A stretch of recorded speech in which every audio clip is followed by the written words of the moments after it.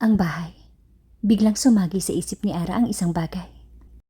Matapos mag-isip ng ilang sandali, lumabas siya ng ospital. Nang maglaon, taimtim siyang umupo sa sofa ng ahensya ng real estate. Maingat niyang siniyasat ang kontratang ibinigay sa kanya ng mga tauhan ng ahensya. Hinawakan niya ang kontrata ng mahigpit na para bang gusto niya itong durugin.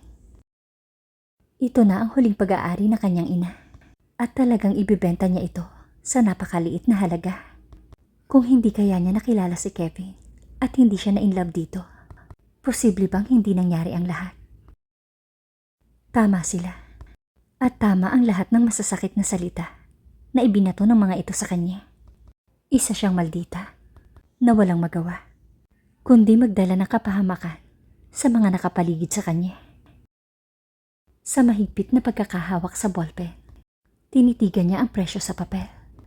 Bumaba pa rin ang presyo sa kanyang inaasahang presyo. Miss Miller, nakapagdesisyon ka na bang ibenta ang bahay o hindi? Tanong ng ahente na naiinip na sa kanyang pag-aalinlangan. Miss Miller, kung hindi mo gustong ibenta, huwag mong sayangin ang oras ko. Tumayo ito sa kinauupuan at handa nang umalis. Ha? Bumalik si Ara sa realidad. Humingi siya ng paumanhin at tumango. I'm sorry, pipirmahan ko na. Kinuha niya ang ballpen at handa nang pirmahan ang kontrata. Ngunit isang pamilyar na boses ang humarang sa kanyang galaw. Ara, anong ginagawa mo? Lumingon siya at nakita niya ang isang pamilyar na mukha. Si Gary iyon. Ang lalaking nanunuyo sa kanya sa maraming taon. Nitong mga nakaraang taon, nakatutok lang ang atensyon niya kay Kevin at hindi siya nagtiis na sumulyap sa lalaking palaging nasa likod niya. Ibibenta mo ba ang bahay mo? Tumango si Ara. Ang pagbibenta ng bahay, ang tanging paraan para makalikom siya ng pera. Kailangan ko ng pera. Tumigil sandali si Gary at pagkatapos ay humakbang pasulong.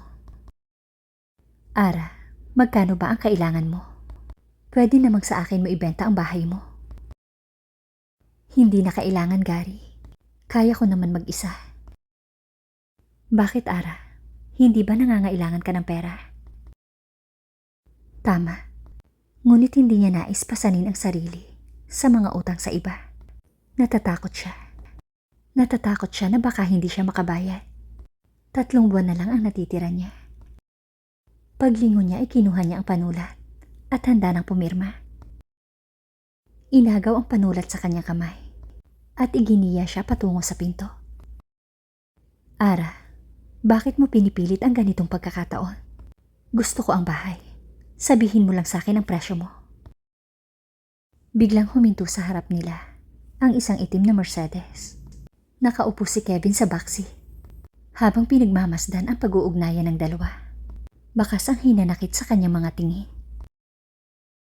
Sa loob ng 3 taon, mahigpit na hinahabol ng binatang ito si Ara.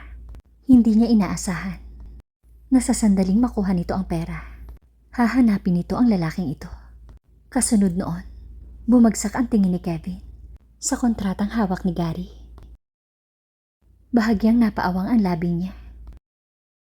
Nanatiling nakatayo si Ara sa pwesto habang tahimik na nakatitig kay Kevin. Ngumisi si Kevin at sinabing, walang hiya ka pa rin talaga gaya ng dati. Ginagamit mo ang mga ari-arian para mambola ng mga lalaki. Mahigpit na nagdikit ang nakaawang na labi ni Ara. Hindi niya maintindihan ang sinasabi ni Kevin. Nais lang niyang makaipon ng 1 milyon para pondohan ang operasyon ng kanyang ina. Ano ang nagawa niyang mali? Tumanggi itong bigyan siya ng pera at ang 500,000 na nakuha niya ay dumating sa presyo ng kanyang sariling buhay. Anong karapatan nito para libakin siya ng ganito? Hindi niya ibibenta ang nag-iisang bahay ng kanyang ina kung meron siyang ibang pagpipilian. Isa pa, wala na siyang oras. Ang pagtiyak na mabuhay ang kanyang ina ang tanging hiling niya. Wala siyang pakialam sa sarili niyang buhay. Nagpapanggap ka pa rin ba? Ngumisi si Kevin at bumaba na sa sasakyan. At inagaw ang kontrata na hawak ni Gary. Sa akin ang bahay. Pakiramdam ni Ara ay tinamaan siya ng kulog na naging sanhi ng panginginig ng kanyang katawan. Ano ang sinabi ni Kevin? Sa kanya ang bahay. Sa kanya ang bahay ng kanyang ina. Paano ito naging posible? Kung hindi niya maibibenta ang bahay, walang paraan na makakalap siya ng 1,000,000 sa ganoong kaikling panahon. Mapanghamak na tiningnan ni Kevin si Ara. Kinamumuhian niya ang pagkakanulo at kinasusuklaman niya ang panlilinlang. Pagkatapos niyang bigyan ito ng 500,000, hindi pa rin ito nasiyahan. At ngayon ay nangangahas itong ibenta ang kanyang bahay. Wala akong idea na pag-aari mo ang bahay na ito. Sabi ni Ara na tila nag-aalok ng mga walang kwentang paliwanag. Si Gary na nakasaksi sa buong proseso, ngayon ay malamang na nahulaan ang sitwasyong ito. Huwag kang mag-alala, Ara. Kahit magkanong halaga ng pera ang kailangan mo, matutulungan kita.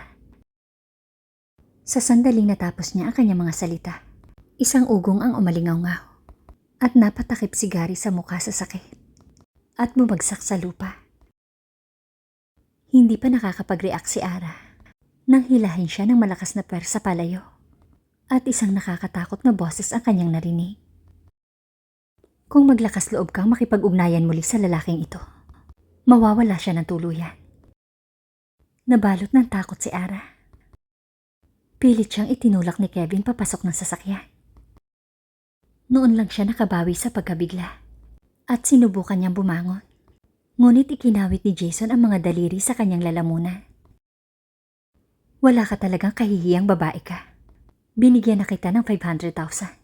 Hindi pa rin ba sapat?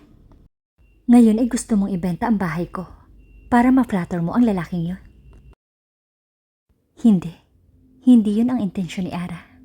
Ang tanging nais niya ay mailigtas ang buhay ng kanyang ina. Ano ang mali doon? Sa mga mata ni Kevin ay napakasama niya.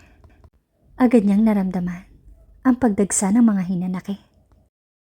Ang lungkot at paghihirap na pinipigilan niya sa kanyang puso ay sumabog sa isang iglap.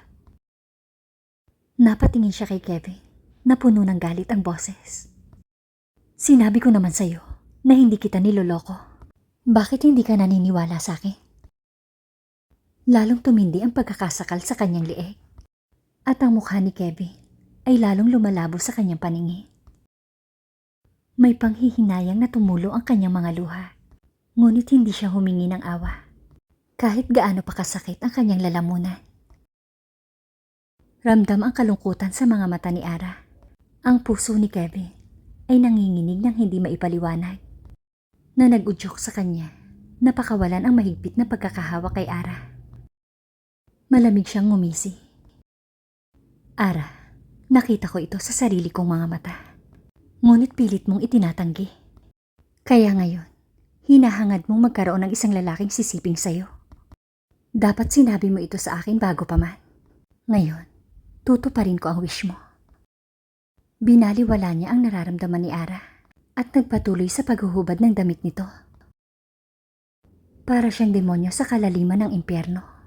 Tuluyan na siyang nawala sa katinuan. Umiling si Ara. Nakahiga pa rin sa ospital ang kanyang ina.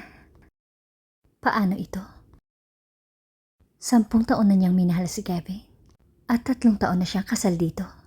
3 taon na ang nakalipas nang sila ay matulog na magkasama. At ang paglaban ni Ara ngayon ay lalo lamang nagpagalit kay Kevin. Pakiramdam ni Kevin ay mas gusto ng babaeng ito ang magmahal ng ibang lalaki kesa sa kanya. Kung ganun nga ang kaso, bakit ito nagpakahirap na idroga siya at pakasalan? Siyempre, para sa pera ang lahat. Sa realisasyong iyon, galit ang bumalot sa dibdib ni Kevin na naging sanhi ng kanyang mga aksyon upang maging mas malupit. Punit-punit na damit ang maririnig habang si Ara ay desperadong nagsusumamo. Kumakalat ang sakit mula sa kanyang dibdib. Ngunit hindi pinansin ni Kevin ang kanyang pakiusap. Pilit nitong iniikot ang katawan niya. Inilayo nito ang mukha sa kanya. dahil ayaw nitong makita ang mukha niya. Namilipit ang buong katawan ni Ara at tiniis ang matinding sakit sa ibaba. At ang mga galaw nito ay hindi nagpakita ng awa. Paulit-ulit niya itong itinulak. At nang matapos ay sinulyapan siya nito. Nakatitig si Kevin sa babaeng nasa ilalim niya. Ara, ikaw ang pinakawalang hiyang babae na nakilala ko. Nanginig ang katawan ni Ara nang marinig ang mga salitang iyon. Kinagat niya ang kanyang labi at umungol. Oo, walang hiya akong babae. Ngunit ano ang tawag sa'yo? Ano ka sa tingin mo? Isang raper. Isang whoremaster. Kung ganon, bayaran mo ko. At pagsisilbihan kita ng mas mahusay. Ang kanyang mga salita ay agad na nagpasiklab kay Kevin.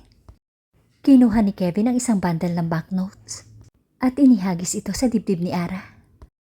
Sapat na ba yan para sa'yo? Makalipas ang kalahating buwan, dumating si Ara sa ospital na nanghihina ang katawan. Kulang siya sa pondo para sa chemotherapy. Kaya ang tanging pagpipilian niya ay umasa sa gamot upang mapanatili ang kanyang buhay. Paglabas niya sa butika, isang pamilyar na figura ang mabilis na dumaan sa kanya. Si Kevin iyon.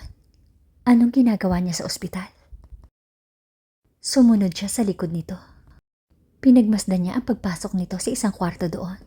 Ang pangalan ng pasyente na nakasulat sa record ay Leia. Paano nagkasakit ang babaeng ito? Habang umalis siyang nag-iisip, bumukas ang pinto ng kwarto at naguguluhang nagtanong si Kevin. Anong ginagawa mo dito? Natigilan siya. Nasaksihan ang dalamhati sa kanyang mga titik. Baka sa mga mata ni Leia ang nakatagong kasiyahan. Gayunpaman, mas nilapit pa niya ang kanyang sarili kay Kevin at bumulong. Kevin, umalis na tayo. Ikiniyom ni Kevin ang kanyang mga kamao at malamig na tinitigan si Ara. You better stay at home. Huwag mong gawing tanga ang sarili mo dito. Hindi pinansin ni Ara ang mga salita nito habang nagsisikap itong ipahiya siya. Ang mga gastos sa pagpapagamot sa kanyang ina ay hindi sapat at pinili niyang isakripisyo ang kanyang sariling buhay. Ngunit ang kanyang asawa, sa halip na tulungan siya ng pinansyal na suporta, ay mas piniling bigyan ng luho ang ibang babae sa pagkuha ng pinakamahal na kwarto sa ospital. Hindi makapaniwalang tinitigan ni Ara si Kevin. Ako ba ang nagpapakatanga? Kevin, asawa mo ako. Hindi ba nakakahiya sa'yo na makipag-agawan ako sa babaeng ito sa publiko? Isang mahinang tawa ang pinakawalan ni Kevin. Itinuturing mo ba talaga ang iyong sarili na karapat-dapat na maging asawa ko? Nang sandaling iyon, hiniling ng doktor ang miyembro ng pamilya ni Leia na lumapit. Malambing na kinausap ni Kevin si Leia. Hintayin mo ko. Pagkaalis ni Kevin, ang dating malambing na anyo ni Leia ay nawala. Ara, nakakahiya ka. Hinahabol mo si Kevin hanggang sa ospital. Alam mo bang wala siyang ibang nararamdaman kundi galit kapag nakikita ka niya? Sino ang totoong nakakahiya? 3 taon na ang nakalipas. Leia, mas alam mo ang katotohanan kesa sa akin. Kung kahihiyan ang pinag-uusapan, walang makakapantay sa'yo. Walang pagdadalawang isip na sinampal ni Leia si Ara. Walang hiya ka. Paano mo nagawang insultuhin ako? Let me tell you, Ara. Bumalik ako sa pagkakataong ito para bawiin ang posisyon ko bilang asawa ni Kevin. Dahil sa kakulangan ng lakas, natisod si Ara at bumagsak sa sahig. Ang kanyang medical report ay tumalsik. Mabilis na kinuha ni Leia ang report mula sa sahig. Pilit na inagaw ni Ara ang report sa kamay nito. Ayaw niyang maging katatawanan ni Leia ang kanyang sakit. May sakit ka? Nanunuyang sabi ni Leia.